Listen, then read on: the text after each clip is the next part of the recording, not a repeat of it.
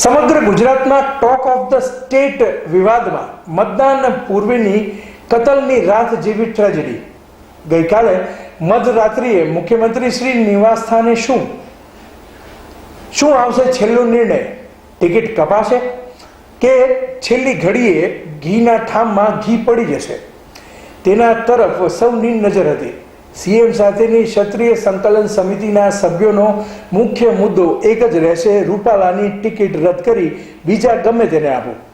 સરકાર પક્ષે મુખ્યમંત્રી, પ્રદેશ પ્રમુખ, ગૃહમંત્રી દ્વારા રાજપૂત સમાજના અગ્રણીઓને રીઝવવા કરશે અંતિમ પ્રયાસો કે નમતું જોખી કરશે સુખદ સમાધાન? ગણાઈ રહેલી છેલ્લી ઘડીઓ.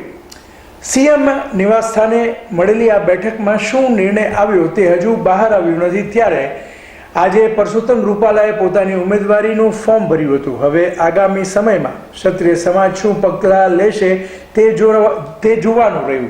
અહેવાલ દીપક રાઠોડ.